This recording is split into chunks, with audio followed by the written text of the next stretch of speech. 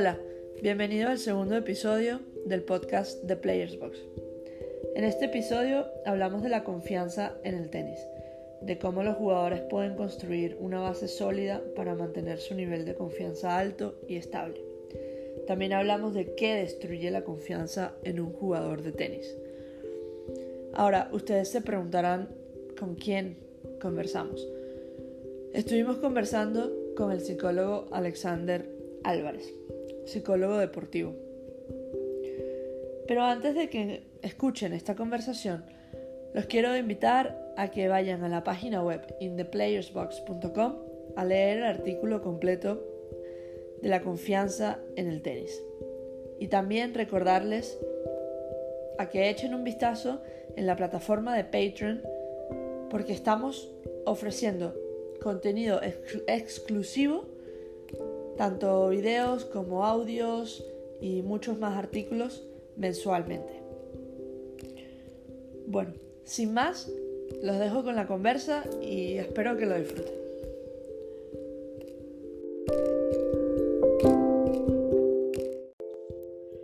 Hola Alex, ¿cómo estás? Bien, ¿y tú, Ainet?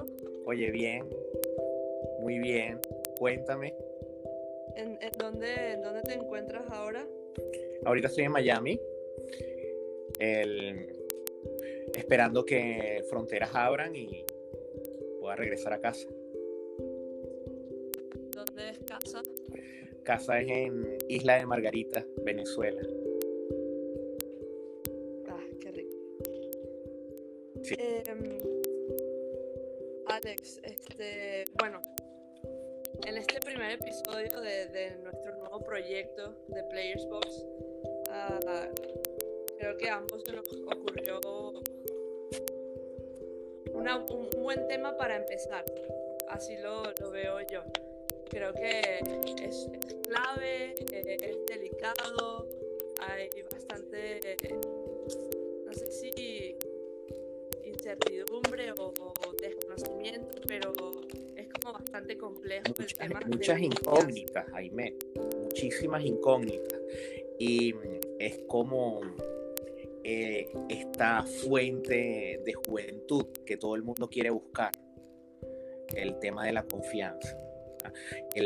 Yo recibo casi la mitad de las personas que me solicitan servicio para entrenamiento mental, por lo menos la mitad carece de confianza. Y el principal motivo es el tema de la falta de confianza. O sea que es un buen tema para iniciar, así como tú lo estás diciendo. Sí, exacto. Creo que muchos tenistas a cualquier nivel sufren de baja autoestima o en diferentes niveles y de diferentes formas y reaccionan de diferentes maneras, pero creo que los tenistas sufren bastante de eso, a lo mejor también mucho más las mujeres. El tema de la confianza y de la autoestima. Sí, yo no quisiera, sí, tienes razón, yo no quisiera hacer no quisiera diferenciar del masculino y el femenino, no quisiera hacer esas diferencias de género. Pero sí, tienes razón en cuanto a que la desconfianza se vive a todos los niveles, en todas las edades y en todas las etapas evolutivas de los jugadores. Y por supuesto que en deportes individuales como el tenis, pues es un problema, es the big issue, porque estás solo allí y el único que se puede dar confianza es el jugador mismo en ese momento que está compitiendo. Entonces, por supuesto que es el gran tema, uno de los grandes temas a nivel mental de este deporte.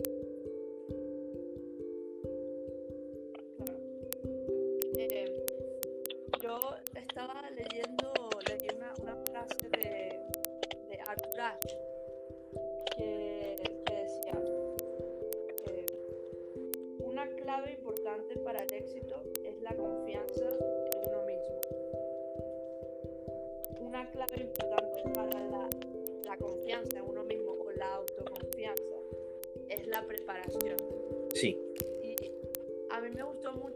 frase porque sí, o sea, pensé directamente en mí, porque bueno, es el ejemplo con el que puedo hablar con más propiedad. Y me gustó mucho porque el tema de la preparación y el entender tu estilo de juego, entender tu juego, el juego en general, el tenis y los diferentes estilos que hay, creo que ese previo, esa preparación, pues ese entrenamiento que haces para entender todo esto, que ya sea mental, físico, táctico, técnico. Sí, yo creo que Es como, sí, sí, como que te da ese plus o esa seguridad de que tú sabes lo que estás haciendo, tú sabes todo lo que has trabajado y conoces, encima conoces lo que puede aparecer del otro lado de la cancha, lo que puede suceder del otro lado de la cancha. Entonces como que esa preparación siento que es que te da confianza sí o sí. Sí. Te da seguridad, un orden. Sí. Yo creo que Arthur Ashe allí está haciendo mención, no a la preparación, o sea, no está haciendo tanto énfasis en la preparación, digamos, en la preparación física de las horas de cancha, de la cantidad de entrenamiento que un jugador debe realizar, sino más bien a la calidad y obviamente yo me inclino a que él está pensando en la calidad de la preparación mental. ¿Sí? Cuando a un chico, a cualquier nivel, a una chica, tú le dices la palabra preparación, lo primero, la primera imagen que se le viene a la cabeza son horas de cancha. Es que tengo que entrenar mucho, ¿sí? Es cantidad. Y deja a un lado la calidad. Y dentro de la calidad, obviamente, hay una serie de variables que tienes que tomar en cuenta a nivel mental, porque tienes que, como tú dices, por ejemplo, tienes que conocer cuál es tu estilo de juego y tener identidad en la cancha. Y no, tener identidad en la cancha no solo tiene que ver con el estilo de juego que tú desempeñas y saber que ese es el estilo que te conviene y entrenar con el estilo que te conviene, ¿sí? Sino también, como dice Arthur Ashe, entender de qué se trata el juego. Y eso es un trabajo más mental, eso no es un trabajo de horas de cancha, eso es un trabajo más de análisis. Mental, sí. Que va conectado siempre, ¿sabes? Totalmente. Todo esto está conectado a lo táctico estratégico. Como el tenis tú sabes que es tan estratégico, ¿ok? Y mucho porcentaje del desgaste mental durante un partido se lo lleva a lo estratégico. Entonces, obviamente es clave entender que cada jugador entienda su identidad de juego. ¿Okay? ¿Cuáles son los beneficios, los pros y los contras de su identidad de juego, de su estilo de juego? Y que entienda también de una manera detallada de qué se trata el juego, cómo se gana, de que entienda cómo se juega, de que entienda de que el juego tiene números, de que tiene estadísticas y de que su estilo de juego tiene que estar congruente con esas estadísticas y con esos números para que pueda sacar partido. Entonces, no es lo mismo un jugador que entra a la cancha y entiende todo esto, y entiende cómo se juega, y entiende perfectamente su estilo de juego y cuál es la manera como le puede generar puntos y puede sumar puntos, ¿verdad? Obviamente la confianza la va a tener más alta que un jugador que carece de este tipo de conocimientos y que, por ejemplo, está intentando hacer un estilo de juego que no le conviene porque él no es congruente con sus capacidades y sus habilidades, cosa que es muy, muy, muy común en los jugadores juniors. Jugador junior, para hablar brevemente, el jugador junior con respecto a su identidad de juego, generalmente intenta hacer cosas que todavía no es capaz de hacer. Por allí ve la televisión, ve los grandes jugadores y comienza a intentar tiros que no le generan estadísticas positivas. Y entonces, por allí se pierde el camino buscando jugar en un estilo de juego que no le corresponde. Y por allí, bueno, se van perdiendo muchos partidos, pero es que no se han... Sí, te entiendo perfectamente y estoy de acuerdo. Y te decía de mi ejemplo porque quizás si alguien escucha esto, algún chico o chica, que yo creo que eso a mí me jugó en contra, el tema de entender tu identidad de juego y el juego como tal. Me jugó en contra porque yo siento que tenía muy buenos golpes, ¿verdad? Y como que el tenis técnicamente estaba como más avanzado que todo esto de lo que estamos hablando, que la táctica y la parte mental. Entonces, como que eso me jugó un poquito en contra, que quizás si yo lo hubiese entendido mejor o alguien me lo hubiese explicado mejor o yo hubiese estado más abierta a entender esa parte del tenis, de la identidad de juego y del tenis como tal, o sea, hubiese sumado muchísimo a mi tenis, a mi nivel, a todo, pues. Entonces, por eso quería, o sea, por eso me parece importante el tema de la identidad de juego y que los coaches también se dediquen a analizar y a enseñarle al jugador, porque el jugador no lo va a ver por sí mismo. El coach tiene que, lamentablemente, o sea, tiene que estar ahí y detrás y explicarle, sobre todo a los juniors. No lo van a ver por sí solos, quizás a algunos sí, pero hay otros que no, que les va a costar más y que no lo van a tener tan claro y que de verdad que necesitan al coach que se los diga y se los repita y se los explique y por qué, aunque sea un poco fastidioso para el coach y piensen que sea un ¿cómo se llama? Un autoaprendizaje, no sé si esa sería la palabra correcta, pero siento que a los juniors se les tiene que decir, mira, es así como tienes que jugar, por esto y por esto y por esto.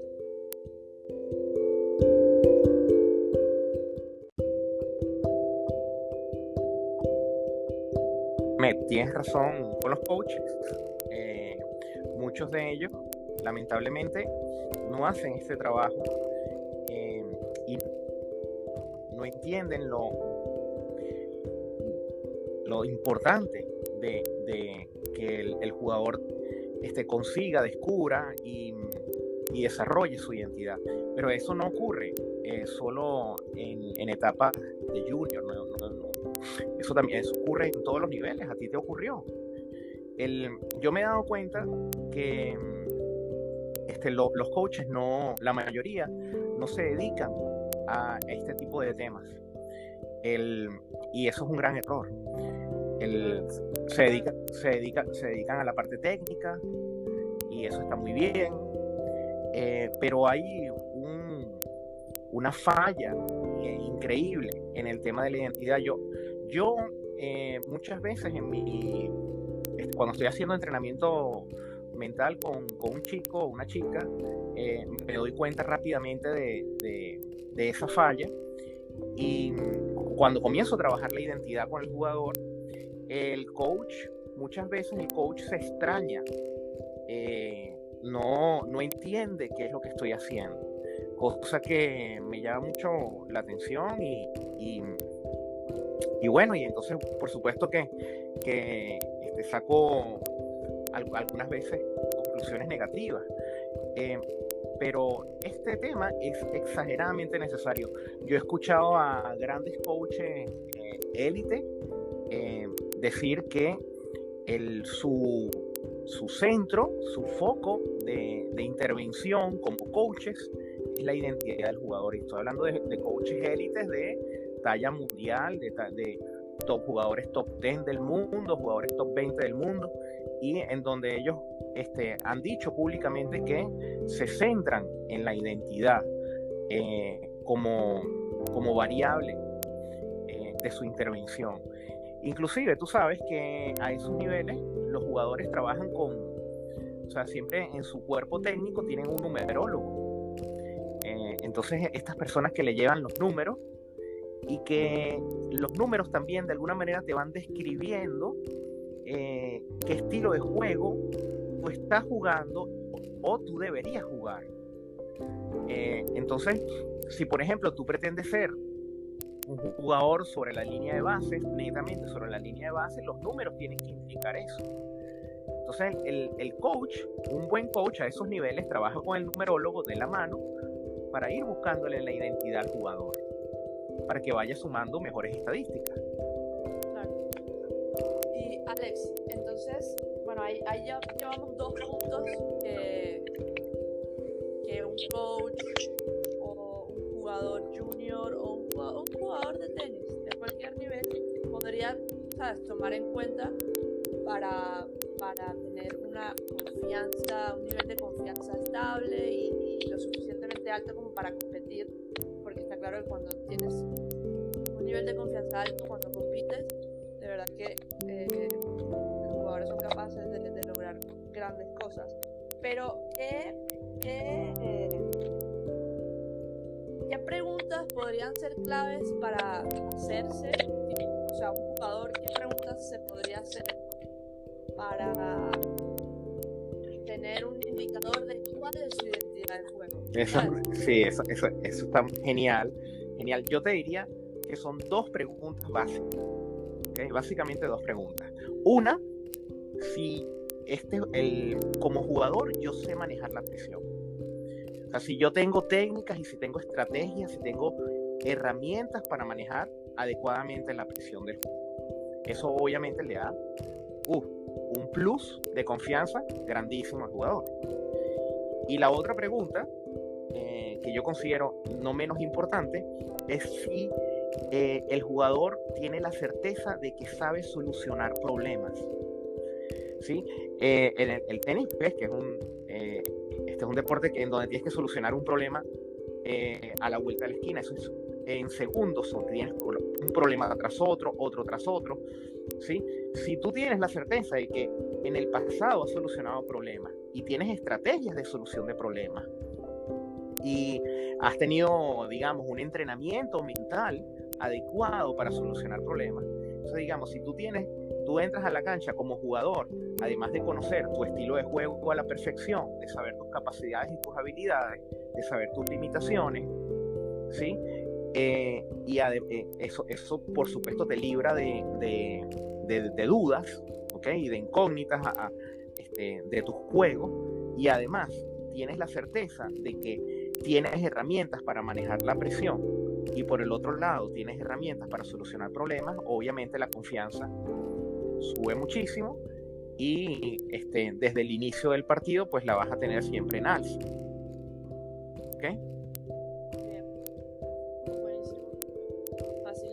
Facilito, por eso es que toma trabajo, por eso, que hay que analizar, sí, por eso es que grabarse, ver videos, leer un poco también, pero básicamente es preguntarte, hacerte preguntas a ti mismo o a ti misma y ser lo más honesto con tu entrenador al mismo tiempo. Claro, por eso es que es tan importante el entrenamiento mental. Imagínate un jugador que está entrenado para controlar sus pensamientos, y controlando sus pensamientos controla sus emociones. ¿Cuánta confianza no va a tener? Imagínate dime. Perdón, te interrumpa, continúa. Imagínate un jugador que sabe estructurar un plan de juego. O sea, que antes de entrar a la cancha, si conoce el jugador, sabe estructurar un plan de juego. O entrando a la cancha, no tarda 3-4 games en estructurar un plan de juego. Roger Federer ha dicho que, por ejemplo, él tarda máximo 3 games para saber cómo jugarle a cada jugador que no conoce. O sea, ¿cómo eso no te va a dar confianza? ¿Sí? Claro. Si tú sabes que tú vas a entrar y tú tienes mecanismos, estrategias, guías que has aprendido, que has entrenado, ¿verdad? Para conocer al jugador, ven, en 2, en 3 games, te va a dar una confianza enorme, ¿ok? Sí, o sea, sí. que tú tengas esa lectura del rival. Un jugador que puede tener una lectura de un rival en 3 games, la confianza es enorme.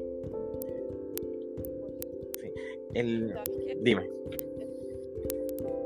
Con respecto a la parte mental, estoy totalmente de acuerdo y te quiero agregar que no solo la parte mental, pero el entrenamiento táctico, lo que haces en cancha, el entrenamiento táctico, eso también me parece muy importante. Claro, eso es con lo que vas a resolver los problemas. Tienes una estrategia, pero la táctica es la acción, es llevar eso a la acción para solucionar el problema y al final obtener el objetivo que quieres, que es ganar. Claro. Al final ese es el objetivo, y cuando tienes claro la táctica, tu estrategia y la táctica, así como dices de Roger en 3 games, ya lo tienes claro, dejas de pensar, ahí viene la parte mental también, dejas de pensar en digamos, estupideces. O sea, estás ocupada o ocupado en cómo voy a jugar mis tiros para conseguir el objetivo que quiero. Exactamente. Y no estás pensando en otra cosa, sino en eso. Exactamente. Lo que le pasa a los juniors, que están pensando en el score, están pensando en, oye, estoy perdiendo el partido, o lo estoy ganando, no quiero que me alcance, que quiero pasar a la próxima ronda. Se supone que un junior con un entrenamiento mental adecuado tiene que alcanzar también estos niveles de confianza a partir de análisis estratégicos, ¿verdad? Y que puedan dedicarle durante el partido un gran porcentaje de sus pensamientos al área estratégica, ¿sí? Al área táctico-estratégica. Esa es la idea, porque el deporte así te lo exige. Este deporte te lo exige de esa manera. Otros deportes individuales no exigen tanto pensamiento estratégico, ¿sí? Quizás exigen más, demandan más creatividad, ¿ok?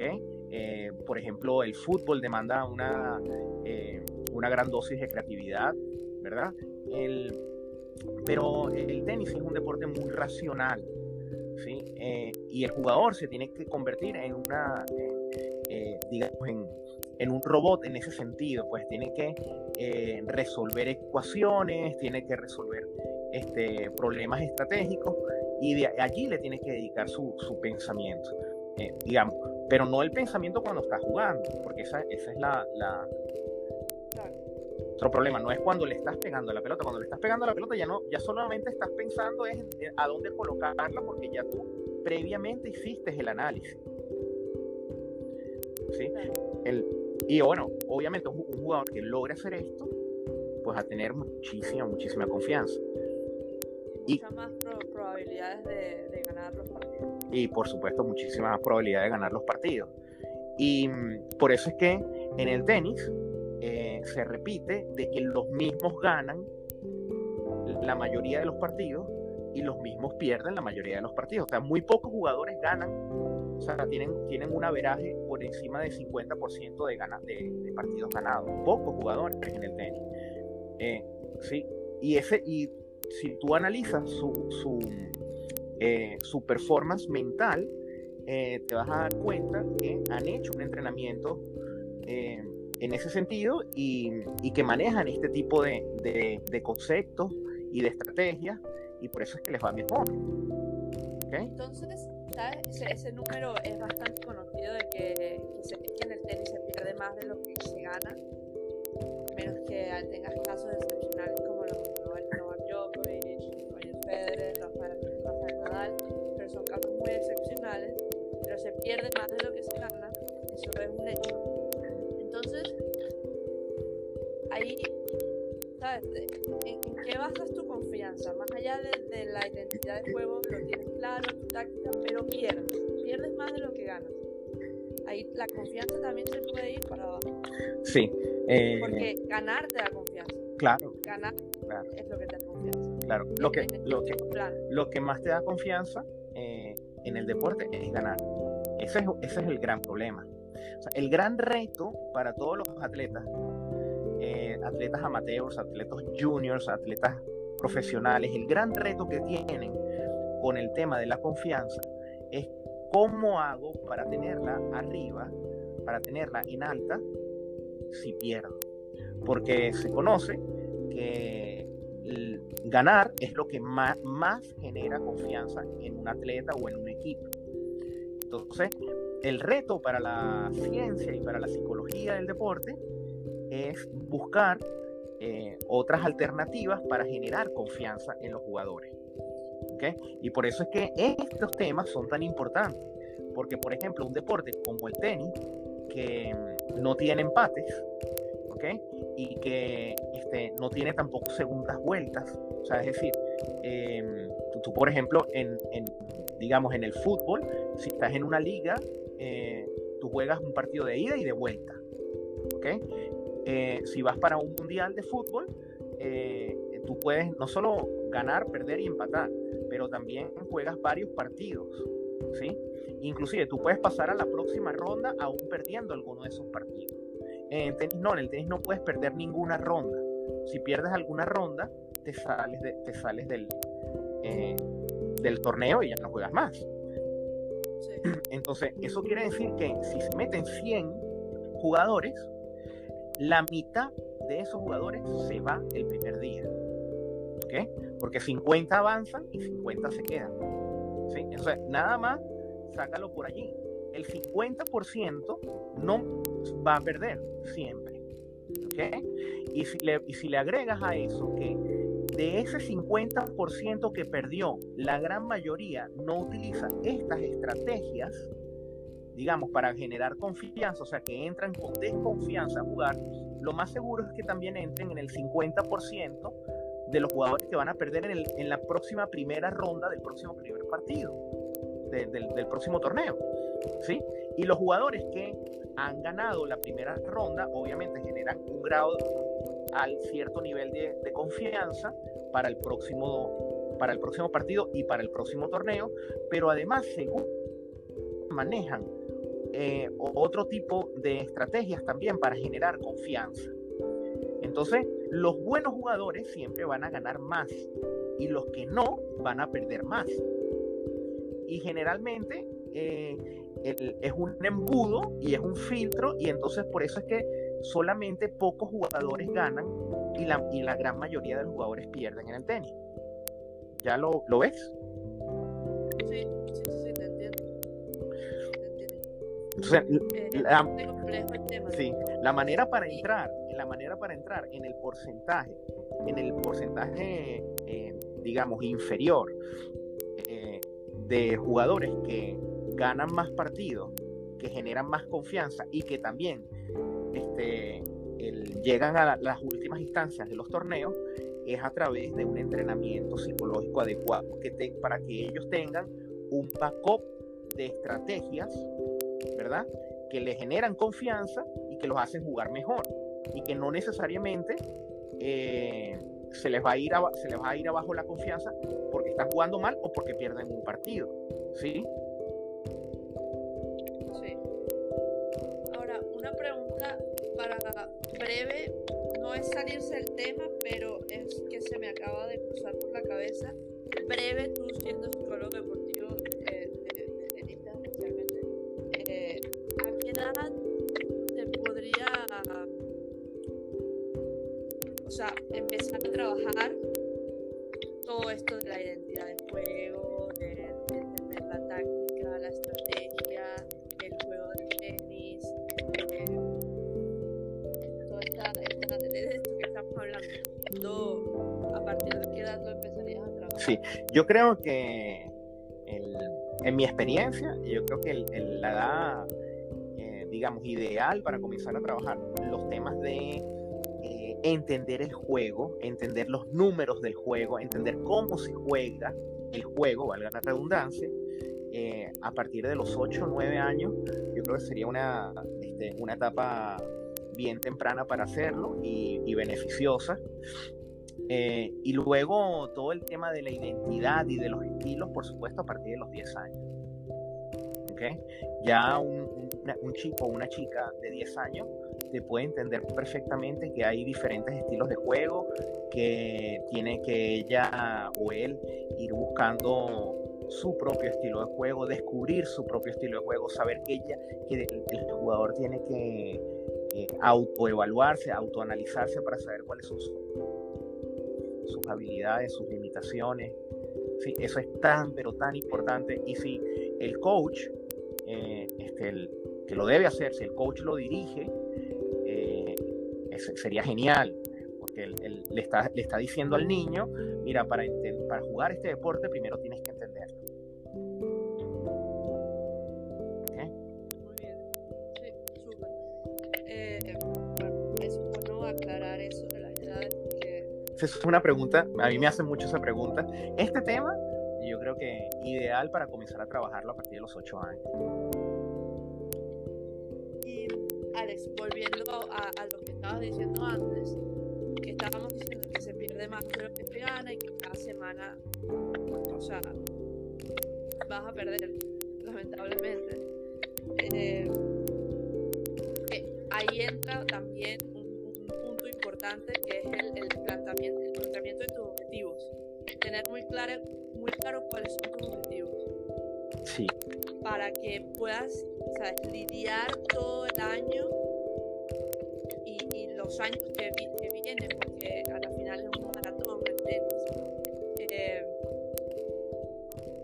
¿Sabes?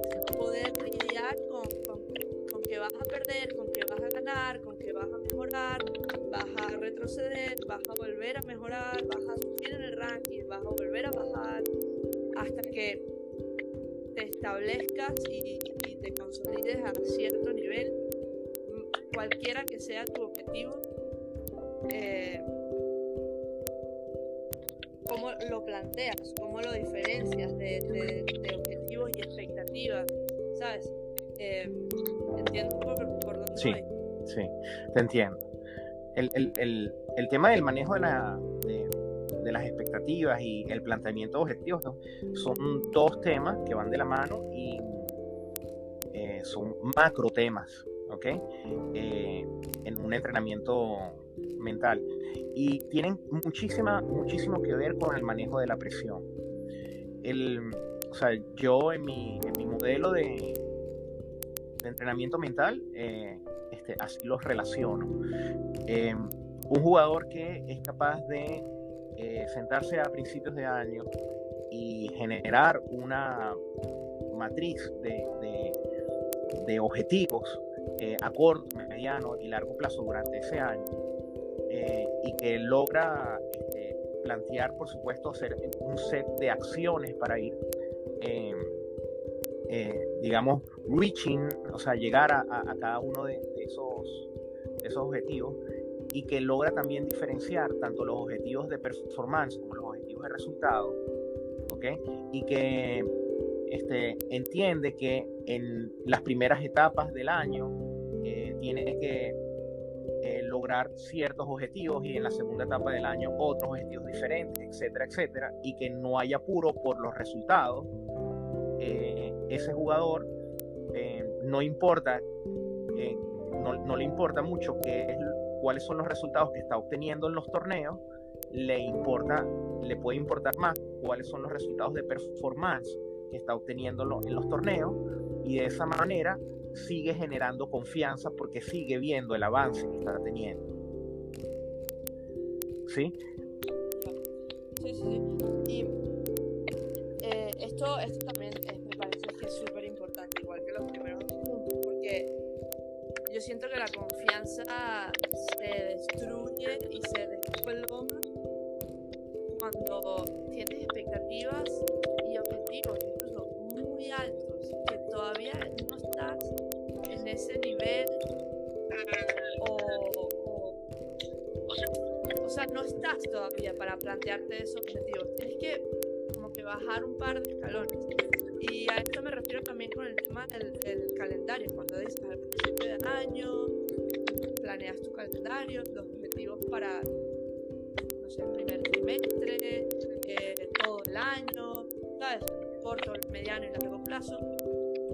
Y yo, o sea, lo que quiero decir es que yo me acuerdo que me pasó varias veces que tuve que jugar torneos como que eran de muy alto nivel y quizás todavía no tocaba, ¿sabes?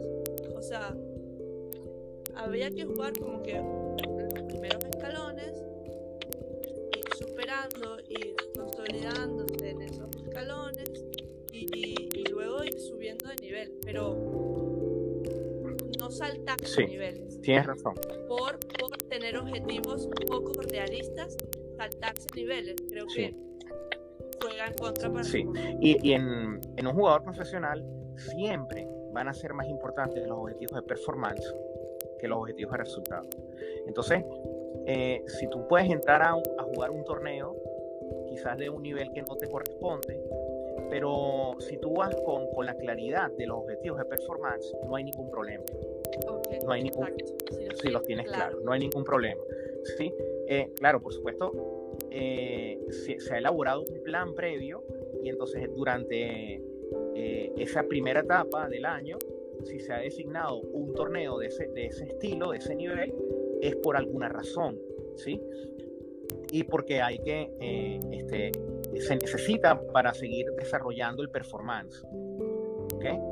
Entonces, en ese sentido, pues no hay ningún problema en jugar un torneo de ese nivel, ¿sí? Fíjate, por ejemplo, este ejemplo.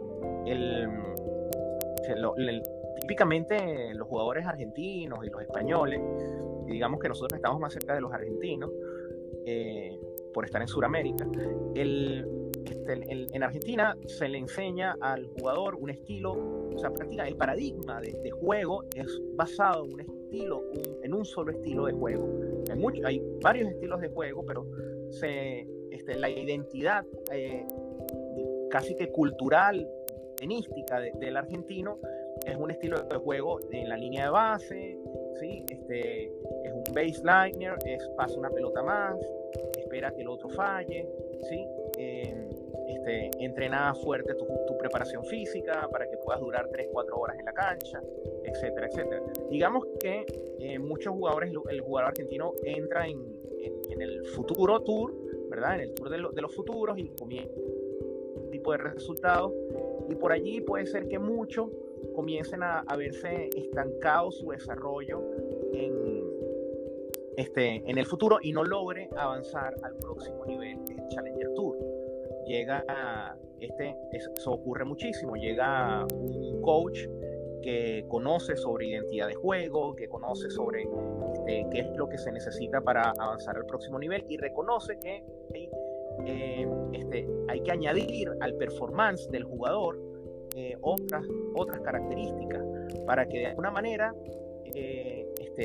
genere a otro tipo de tiros y pueda entrar al próximo tour. Bueno, allí hay que elaborar entonces este planteamiento de objetivos de performance y hacer entonces el calendario completo del año para ir poco a poco alcanzando ese tipo de performance que se quiere para llegar al próximo nivel, ¿sí?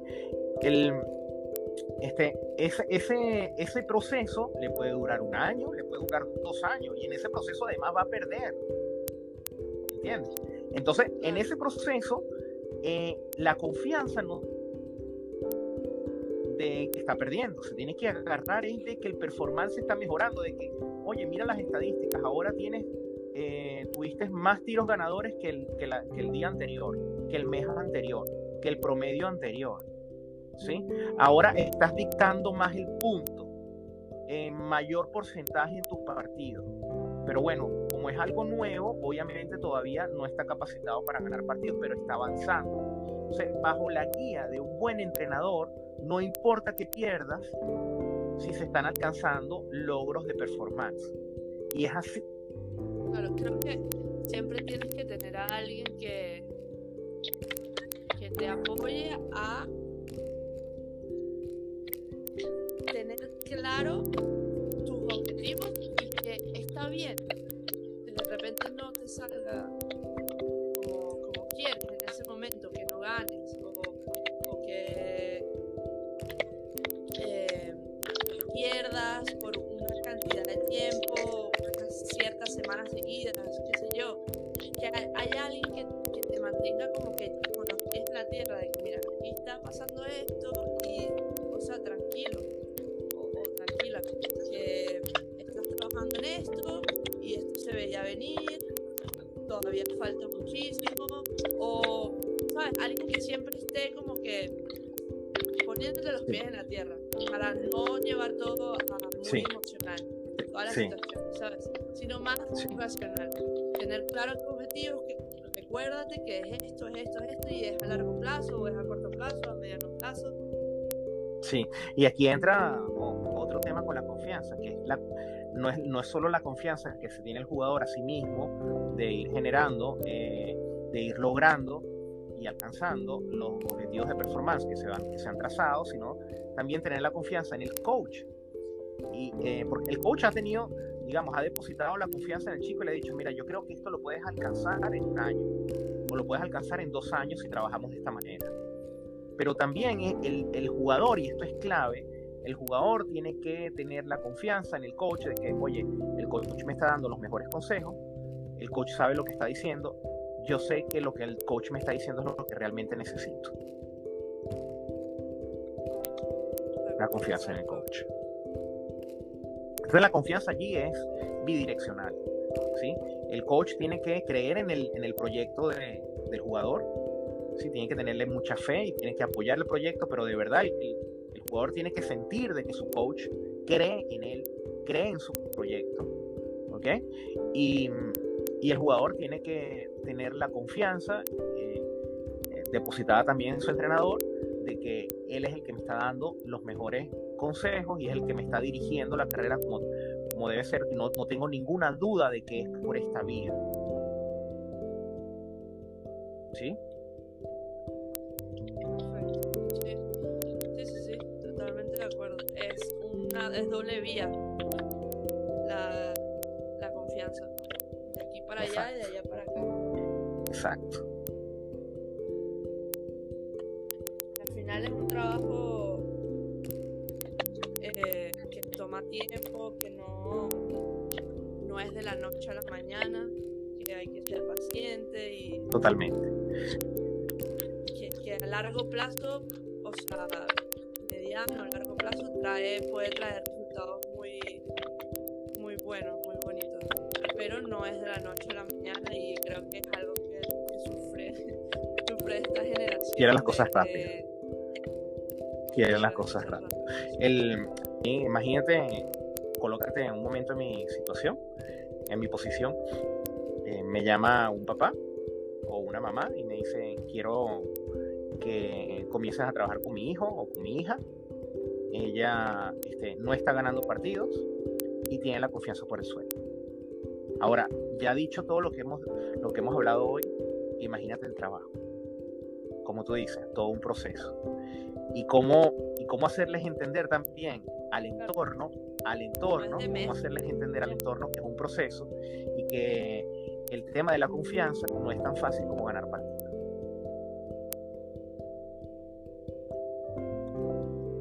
Claro, influyen otros factores que si no tienes una base, que son esos factores de los que acabamos de hablar, que te dan una base y ganar encima de eso es como un bonus y una motivación extra, pero estos factores te dan como una base para mantenerte, un nivel para mantenerte, es un chaleco salvavidas, para mantenerte a flote aunque el barco se hunda. Un chaleco salvavidas. Tú tienes un conjunto de características, de estrategias, de técnicas que aunque tú pierdas partidos, aunque tengas una mala racha, tu confianza se mantenga estable en el tiempo pese a los resultados, digamos. ¿Sí? De eso se trata un entrenamiento mental. ¿Sí? No se trata de darle una aspirina, ¿verdad? Una, una cápsula, ¿verdad? Y bueno, ya, una varita mágica y listo, y ya te voy a generar confianza. Ay, ganaste un partido.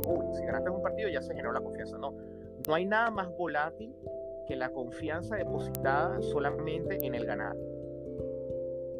¿Sí? Aunque si vas ganando, pues todo magnífico. Si vas perdiendo, pues todo está negro, todo está muy mal. Y el resultado es que la confianza empieza a tener picos para arriba y para abajo, y eso es muy digamos catastrófico, peligrosísimo para un jugador. Por eso es que te digo que estas herramientas lo que tienen es que el beneficio que tienen es que mantienen tu confianza estable en el tiempo pese a los resultados.